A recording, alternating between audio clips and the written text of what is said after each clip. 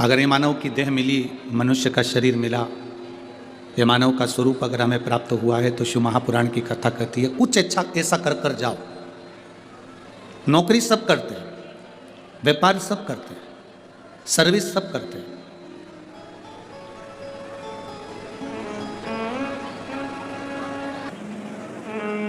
महाराज ऐसा कोई व्यक्ति नहीं जो अपने कर्म में तल्लीन नहीं। कुछ दुकान धंधा पानी कर रहे हैं तो कुछ नौकरी कर रहे हैं,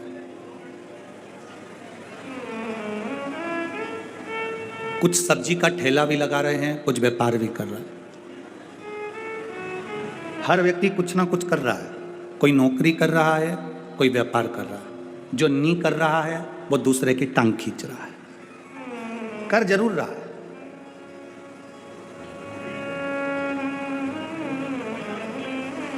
शिव महापुराण की कथा कहती है अपनी जिंदगी में कभी हार मत मानो। अपने जीवन में कभी हार मत मानो। शिव महापुराण की कथा कहती है कि जिसने जीते जी मरते दम के पहले भी हार मान ली तो समझ लो कि वो जीते जी ही मर गया। जो हार नहीं मानता वो एक दिन जीत कर ही बताता है।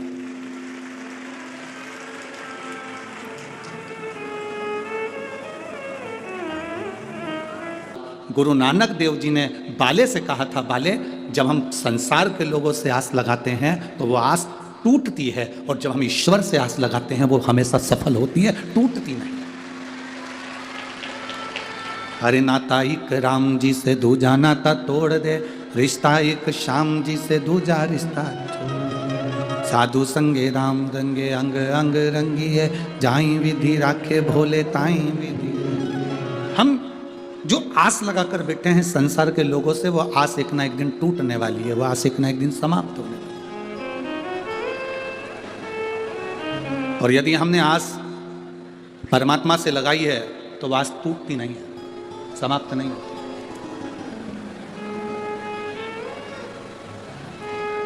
ये बड़ी विडंबना है इस चीज के लिए। रिश्तेदारों से हमने आस लगाई पर भगवान से हम आस लगा कर नहीं बैठे। मेरी भटिंडा की जीजियों और मेरे जीजाओं, मेरी बहनों, मेरी बेटियों, बेटाओं, एक बात अपने भीतर उतार कर रखना। जब हम एक लोटा जल लेकर शंकर जी के मंदिर में जाते हैं, और जल, जरा ध्यान देना जितने लोग देख रहे हैं, ये शिवलिंग है, ये जलाधारी है, ये सामने चरण है।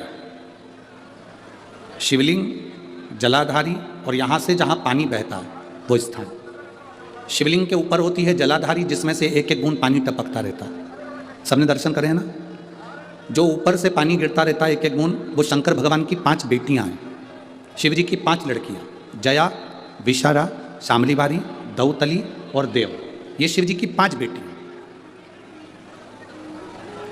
इन 5 बेटियों का नाम हमने पहले भी आपको कहा। रात्रि को जो नींद की गोली खाकर सोता है, उससे हम निवेदन करेंगे कि 1 हफ्ते आप नींद की गोली मत खाओ। पलंग पर सोने से पहले मोबाइल बंद करने के बाद हाथ में थोड़ा सा जल लो। जया, विषहरा, शामरीबारी, दौतली, देव, 5 लड़कियों का नाम लेकर आचमन कर कर आप सो जाइए। आपको नींद की गोली खाने की जरूरत नहीं पड़ेगी। सुबह आराम से आपकी नींद खुलेगी, आपको जरूरत ही नहीं पड़ेगी। आप शिव जी की 5 बेटियों का स्मरण करना प्रारंभ करिए, आपको उसका लाभ मिलेगा। तो ये जलाधारी के ऊपर से जो बूंद बूंद पानी नीचे गिर रहा है, ये जलाधारी, ये जहां से जल नीचे बहता है वो स्थान।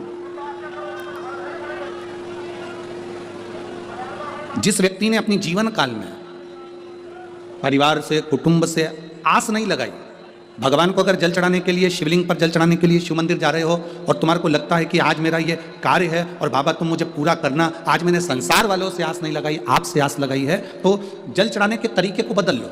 हाथ में जो जल है उस जल को यहाँ जो अशोक सुंदरी का स्थान है, यहाँ से जल चढ़ाते चढ़ाते शिवलिंग पर पूरा जल समर्पित कर दो। 1 या 2 बार कर कर देखना, आपको दुनिया से आस लगाने की जरूरत नहीं पड़ेगी, बाबा का कार्य सफल जरूर करेगा। थोड़ा सा तरीका चेंज है जल चढ़ाने। अशोक सुंदरी से चालू करोगे, शिवलिंग तक लेकर जाओ।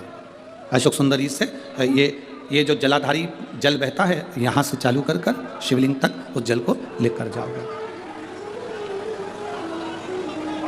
जब हम भगवान देवाधिदेव महादेव को जल चढ़ाते हैं, उसके 5 अलग अलग तरीके हैं। बहुत सावधानी से सुनना कथा, आपकी और हमारी जिंदगी की सार्थकता को सिद्ध करने वाली कथा।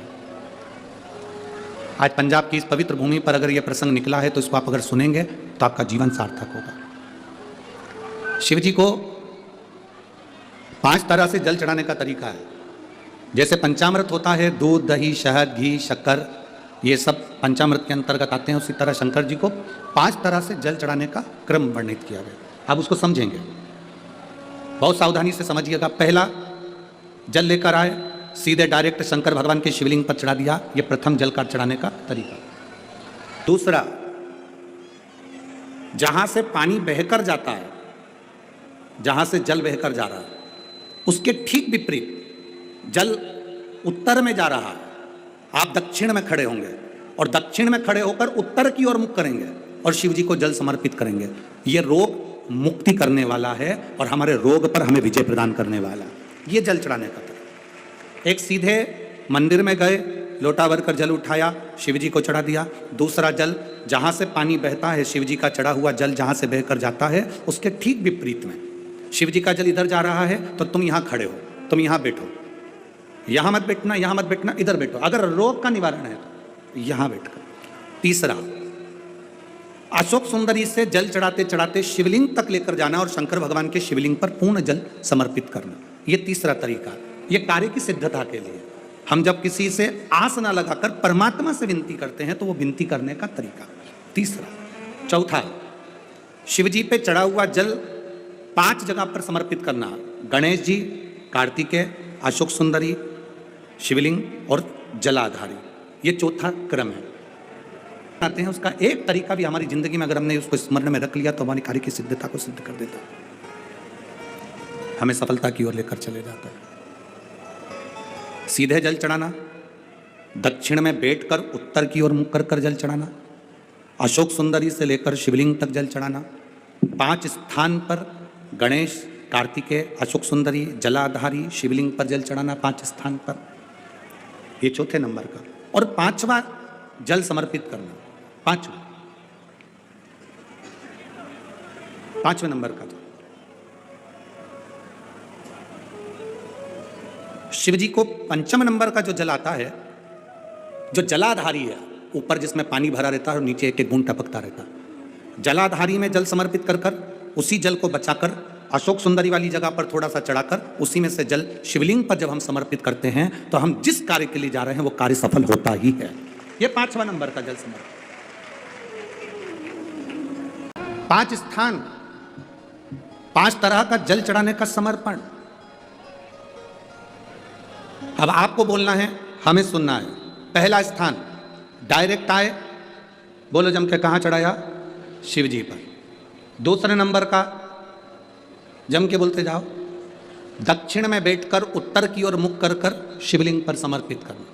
तीसरा, अशोक सुंदरी से शिवलिंग तक। चौथा, 5 स्थान, गणेश, कार्तिकेय, अशोक सुंदरी, जलाधारी और शिव, मतलब पार्वती और शिव, इनको समर्पित। और 5वें नंबर का स्थान, जम के बोलो, ऊपर जो जलाधारी है उससे शंकर भगवान के शिवलिंग तक का।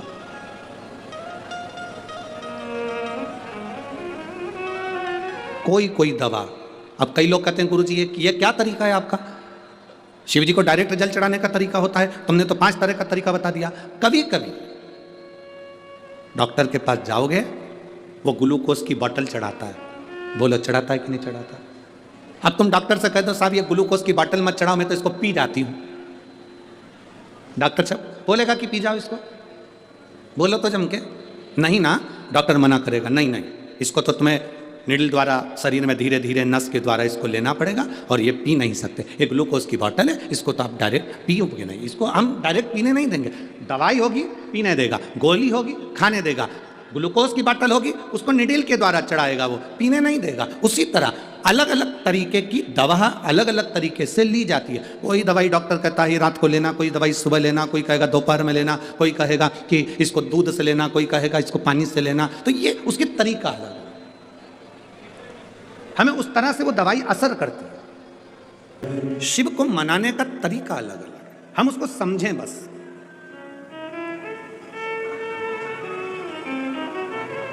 मिलेगा जरूर, कोई ज्यादा घूम कर गया है, कोई नजदीक से गया, मिलेगा जरूर।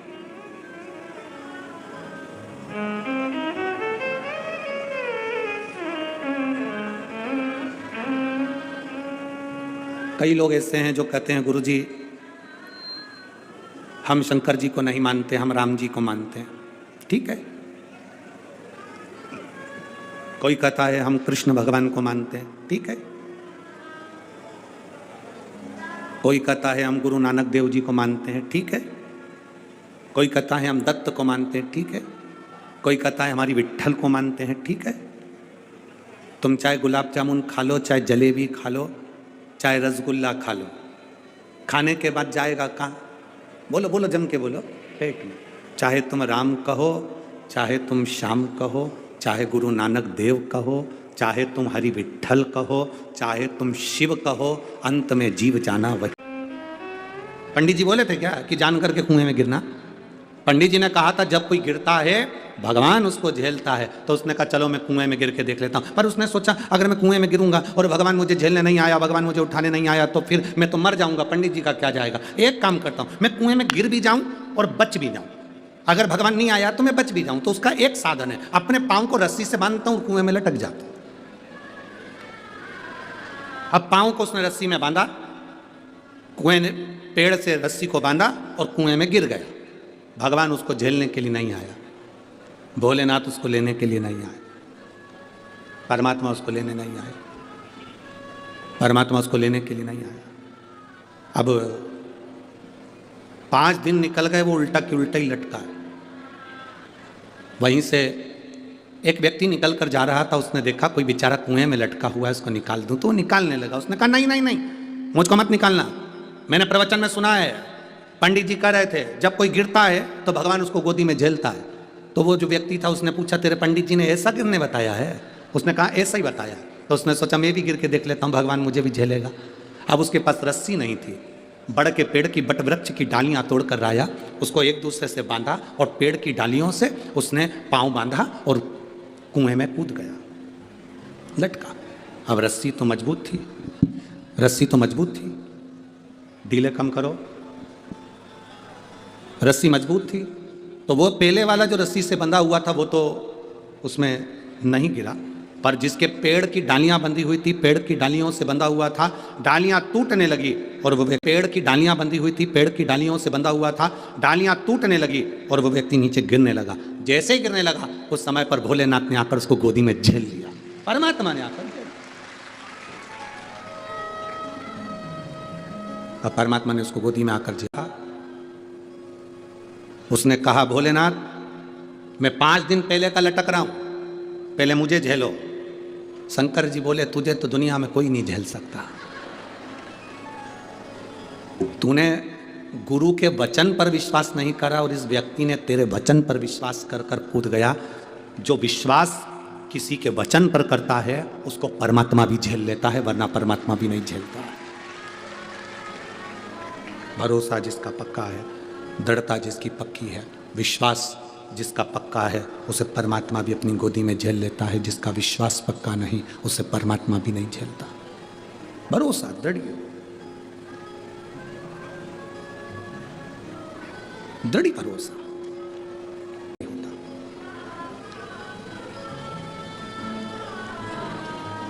माता सती और माता पार्वती, माता सती और माता पार्वती, ये दोनों की कथा अगर आप ध्यान से सुनेंगे, स्मरण में लेंगे, तो माता सती और माता पार्वती की कथा अगर ध्यान से स्मरण में लेंगे तो आपके स्मरण में आएगा कि जितना विश्वास माता पार्वती जी ने शिव जी पर करा, उतना विश्वास माता सती नहीं कर पाई। भरोसा, अगर सती मैया विश्वास कर लेती ना तो माता सती को जलकर भस्म नहीं होना पड़ता। अगर सती मैया विश्वास कर लेती तो सती माता के प्राण नहीं जाते। सती मैया ने शिव जी के वचन पर विश्वास नहीं करा और पार्वती जी ने जितना जितना भोलेनाथ जी बोले हैं उतना उतना उनका भरोसा पक्का हुआ। जितना बोले जी के वचन पर विश्वास नहीं करा और पार्वती जी ने जितना जितना भोलेनाथ जी बोले हैं उतना उतना उनका भरोसा पक्का हुआ। जितना बोलो। आप आए हो शिव महापुराण की कथा में, लाखों की संख्या में पहुंचे हो, पूरे स्टेडियम में कहीं जगह नहीं है। जितने अंदर बैठे उससे ज्यादा स्टेडियम के बाहर हैं लोग, दुकानों के अंदर बैठे हैं, होटले पर बैठे हैं, गाड़ियों में बैठे हुए। जितने स्टेडियम के अंदर है इससे ज्यादा रोडों पर ढेर खड़े हुए हैं लोग।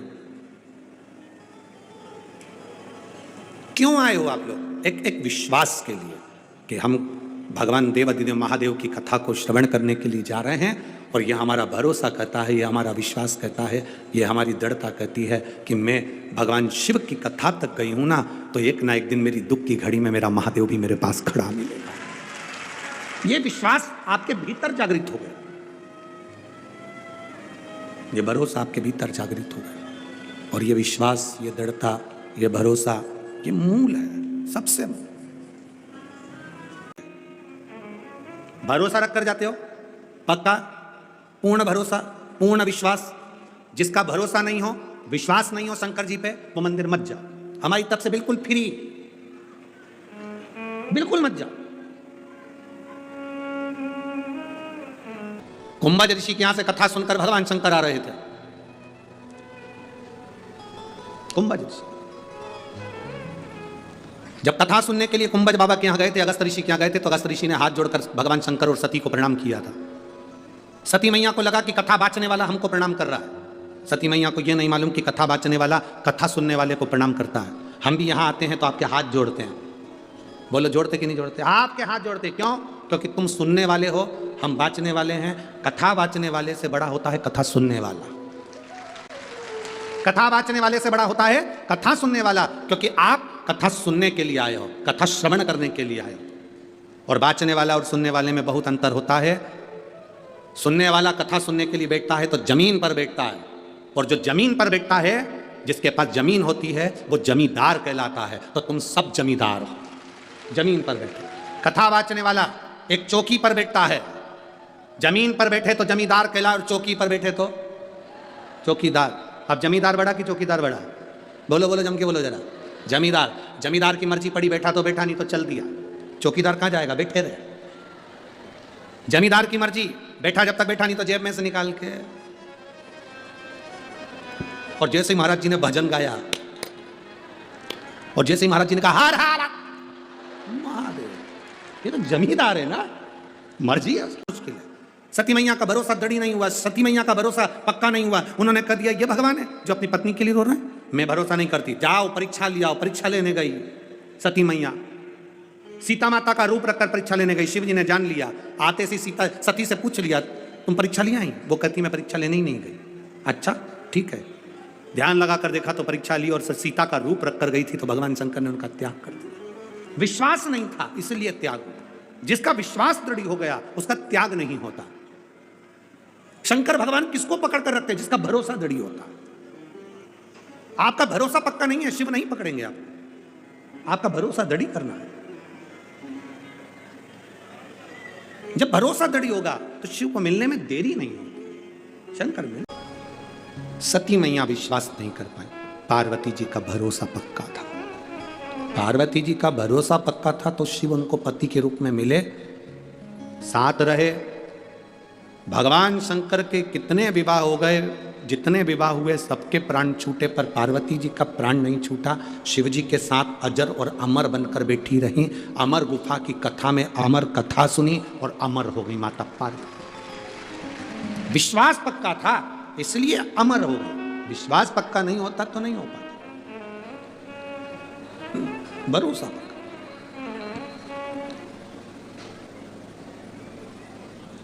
जो कर्म का भोग ना भोग पाए।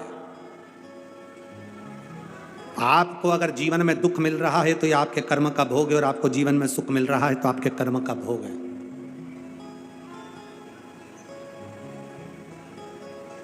देवकी मैया और वसुदेव जी कारागार में बंद थे। उनके पुत्र का नाम क्या है? जम के बोलो जरा, जम के बोलो, जम के। केवल कृष्ण की भगवान कृष्ण। जम के बोलो जरा, भगवान कृष्ण। देवकी और वसुदेव जी कारागार में बंद हैं और उनके पुत्र का नाम है भगवान कृष्ण। छुड़वाने के लिए कब गए? मथुरा कब गए थे? जब भगवान कृष्ण 14 वर्ष के हो गए थे। कितने साल के बाद गए? 14 वर्ष के बाद। 14 वर्ष के बाद जब देवकी और वसुदेव को छुड़ाने के लिए गए तो देवकी माता ने भगवान कृष्ण से कहा, कृष्ण तुम हमें छुड़ाने के लिए आए हो? हाँ माँ, हम आपको छुड़ाने के लिए आए। कृष्ण तुम तो भगवान हो, और तुम अगर भगवान हो तो तुम हमको छुड़ाने के लिए तुमने 14 साल लगा दिए। हमको छुड़ाने में 14 साल, 14 वर्ष। कृष्ण तुम भगवान हो और हमको कारागार से मुक्त करने में तुम्हें 14 साल लग गए? 14 वर्ष? भगवान कृष्ण मुस्कुराकर कहते हैं, हाँ मां, 14 वर्ष। देवकी माता ने पूछा, क्यों रे कृष्ण, 14 साल के बाद हमें छुड़ाने आ रहा है तो 14 साल के पहले क्यों नहीं आया? भगवान कृष्ण ने कहा, मां, आपके पूर्व जन्म के कर्म के कारण 14 साल में आपको छुड़ाने नहीं आया। पूर्व के कर्म के कारण? हाँ मां, पूर्व जन्म में आप केकई थी, आपने 14 साल मुझे वन भेजा था, इसलिए 14 वर्ष के बाद तुम्हें छुड़ाने आ रहा हूं। आप केकई थी, 14 वर्ष के लिए मुझे वन भेजा था राम अवतार में, इसलिए 14 साल के बाद मैं तुम्हें छुड़ाने के लिए आया हूं। तो इतने में देवकी ने कहा, अगर मैं केकई थी तो यशोदा कौन थी? तो भगवान कृष्ण ने कहा, वो कौशल्या थी, जो अपने बेटे का 14 साल लाड लड़ाने के लिए इंतजार करती रही। वो मेरी माता कौशल्या 14 साल अपने बेटे को गले से लगाने के लिए रोती रही, 14 वर्ष अपने बेटे को छाती से लगाने के लिए रोती रही, 14 वर्ष अपने बेटे को खिलाने के लिए रोती रही, 14 साल अपने बेटे को पानी पिलाने के लिए रोती रही, 14 वर्ष अपने बेटे को गोदी में बिठाने के लिए रोती रही। वो मेरी माता कौशल्या है, जो यशोदा बनकर जन्मी है। 14 साल तुम मुझसे दूर रही क्योंकि तुमने मुझे वन भेजा था, और 14 साल में मेरी मां की गोद में खेला क्योंकि 14 साल उससे दूर रहा था। ये कर्म की गति है। बात तुम शिव से कहो, तारकासुर उपद्रव मचा रहा, बहुत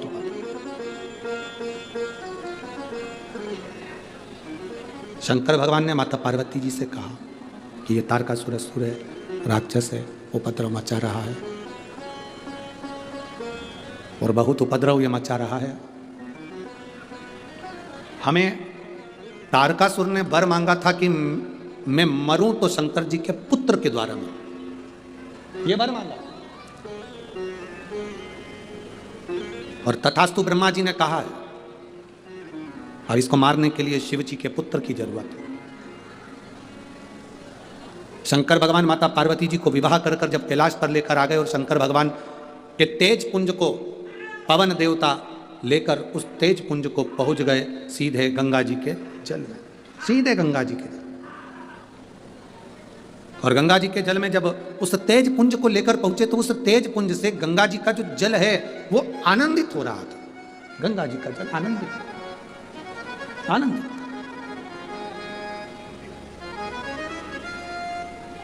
जब देखा गंगा जी के जल से शंकर भगवान के तेज पुंज से 6 पुत्रों ने जन्म ले लिया, 6 पुत्र।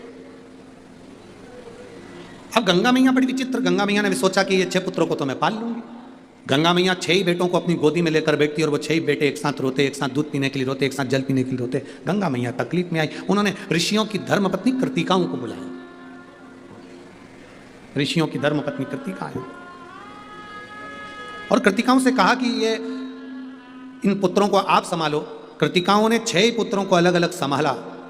जब संभालना प्रारंभ करा तो 6 पुत्र रोते तो एक साथ, दूध पीते तो एक साथ, बड़ी दुखी होती कृतिकाएं। उन्होंने 6 पुत्रों को गंगा जी के रज पर सुलाया, हाथ में गंगा जी का जल लिया। अगर हमारा तेज पक्का है, हमारे पति के चरणों में हमारी प्रीति है और परमात्मा की दृष्टि हम पर है, तो ये 6 एक हो जाएं। 6 ही शरीर जुड़ गए, मुख 6 हो गए, शरीर एक हो गया। कृतिकाओं ने एक करा, इसलिए उनका नाम कार्तिकेय हो गया, जो कि तारकासुर का वध करेंगे। 6 एक हो गए। अब एक समझने वाला प्रसंग यहां पर है, बहुत बहुत ध्यान देने वाला प्रसंग है। कभी जिंदगी में मौका मिल जाए गंगा जी के घाट जाने का, कभी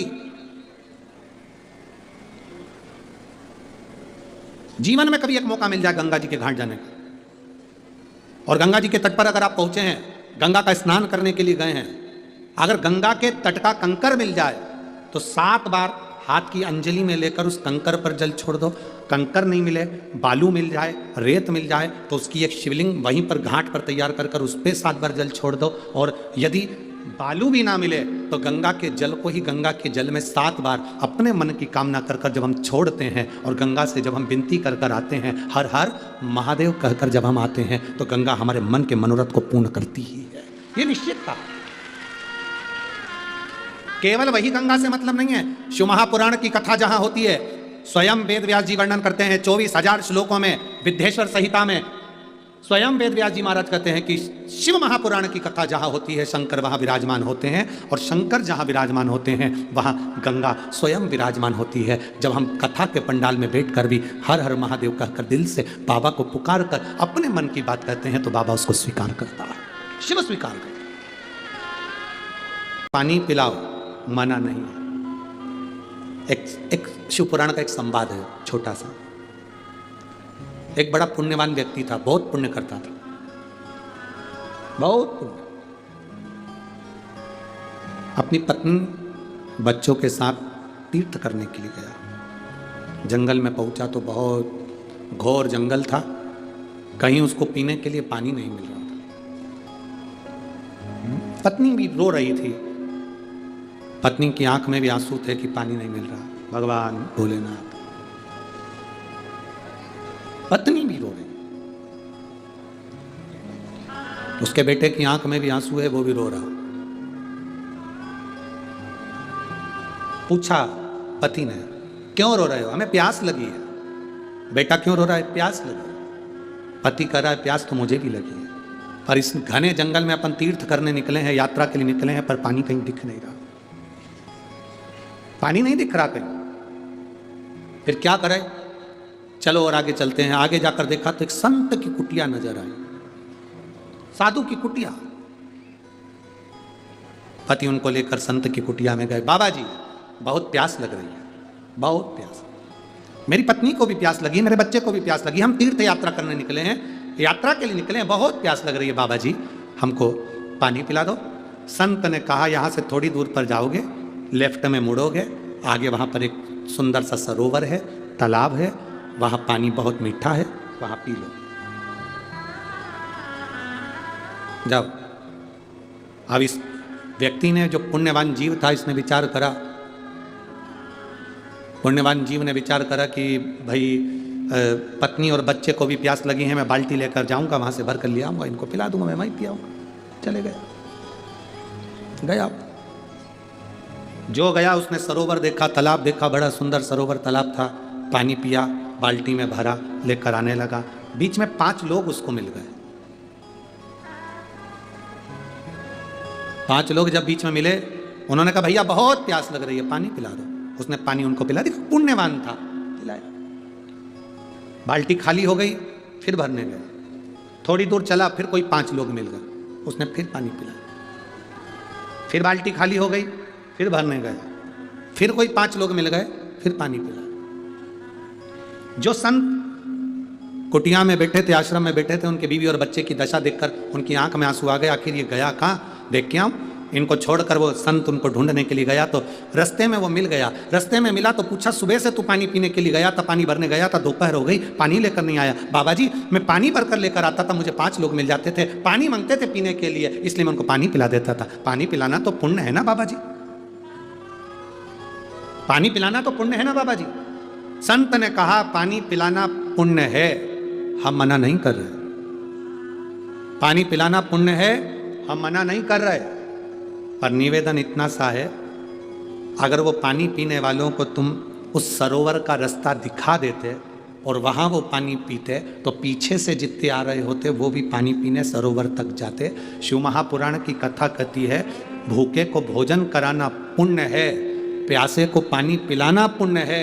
शिव महापुराण की कथा कहती है, पर भूखे को भोजन कराना पुण्य है, तो भूखे को भोजन कमाने का तरीका सिखाना उससे दुगना पुण्य है, दुगना पुण्य।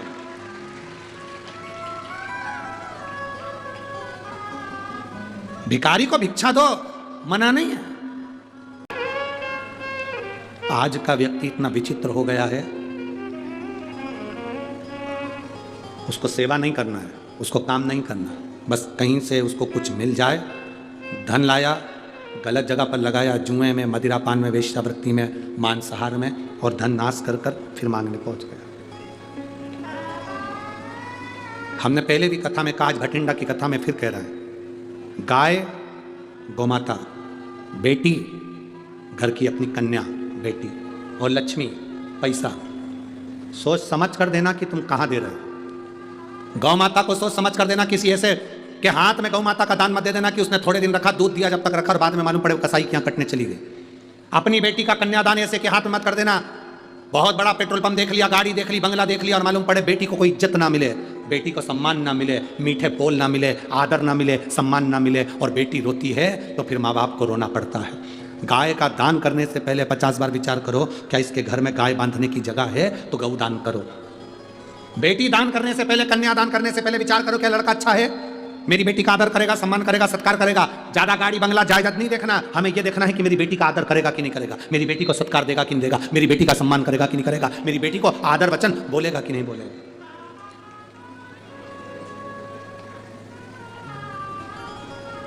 और लक्ष्मी पैसा, ऐसे भिखारी के कटोरे में मत दो जो लेकर जाए और बाद में मदिरा में लगा दे, जुए में लगा दे, मांसाहार में, वेश्यावृत्ति में लगा दे। गाय गलत जगह जाती है तो रोती है तो दान करने वाले को रोना पड़ता है, बेटी गलत जगह चली जाती है तो कन्या दान करने वाले को रोना पड़ता है, और लक्ष्मी गलत जगह चली जाती है तो दान करने वाले को रोना पड़ता है। रोना पड़ता है। गलत जगह पर मत जाना, एक विश्वास के साथ चलिए, एक भरोसे के साथ चलिए, और जब हमारा भरोसा दृढ़ होगा, विश्वास पक्का होगा तो शिव जरूर मिलेगा। सहज होकर चलो। षडानंद कार्तिकेय जी जब आए, शिव जी ने आज्ञा करी कि तारकासुर को मारना है। माता पार्वती ने उनको अपने पास में बुलाया, षडानंद कार्तिकेय जी को, कार्तिक इधर आओ। कार्तिक ने कहा, जी मां, तारकासुर को मारने के लिए तो जा रहे हो, पर तारकासुर के हृदय में शिव का निवास है, इसके दिल में, इसके हृदय में बाण नहीं लगना चाहिए, इसके हृदय में बाण ना लगे। हृदय को छोड़कर तुम जहां बाण छोड़ोगे वो स्वीकार होगा, परंतु कार्तिक है, तारकासुर के दिल में शंकर बसे हुए हैं, वो शिव का भक्त है, भले देवताओं का दुश्मन है पर वो शंकर का भक्त है। ठीक है। षडानंद कार्तिकेय जी ने जो बाण छोड़ा वो हृदय में नहीं लगा, शरीर में लगा। शिव महापुराण की कथा कहती है भाई, भगवान देवाधिदेव महादेव का संवाद कहता है,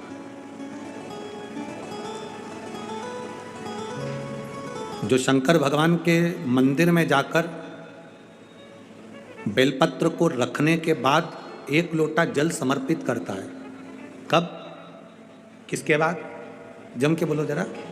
बेलपत्र रखने के बाद, बेलपत्र को रखने के बाद जो 1 लोटा जल समर्पित करता है, और उस जल को जब वो पीता है तो उसके हृदय में कहीं पर भी ब्लॉकेज होते हैं, या उसकी नाड़ियां चौक हो जाती हैं, या नसें चौक हो जाती है, तो वो पूरी नाड़ियां उसकी खुल जाती है उस जल का पान करने। हृदय में ना लगना चाहिए। बाबा ने बाण तो छोड़ा, शरीर में लगा पर हृदय में नहीं लगा। ये शिव कृपा, ये उदारता है बाबा। और कार्तिकेय के बाणों द्वारा तारकासुर मर गया, हृदय को बाण नहीं लगा। शिव तत्व उसके भीतर था। जो शंकर जी पे चढ़ा हुआ जल का आचमन करता है, शिव उसके हृदय में विराजमान हो जाता है, और उसके शरीर का रोग स्वयं शंकर खींच लेता है, उसके ताप को समाप्त कर देता है। वो देवाधिदेव महादेव समाप्त कर देता है, वो देवाधिदेव महादेव। समय आया, आगे कुंदकेश्वर महादेव का स्मरण आया, भगवान श्री गणेश जी महाराज का प्रागट्य होता है। जोरदार ताली बजाकर स्वागत करें। श्री गणेश जी महाराज पधार रहे हैं, भाव से भगवान गणेश शंकर पार्वती के साथ आ रहे हैं, सुंदर आनंद के साथ। आज कथा का 4th दिवस यहाँ विराम ले रहा है, कल कथा का 5वां दिन रहेगा। बड़े भाव से कथा का रसतत्व ग्रहण कर अपने जीवन को सार्थक बनाओ, अपने जीवन को धन्य बनाओ। आज 4th दिवस की कथा यहाँ विराम ले रही है। हर हर महादेव।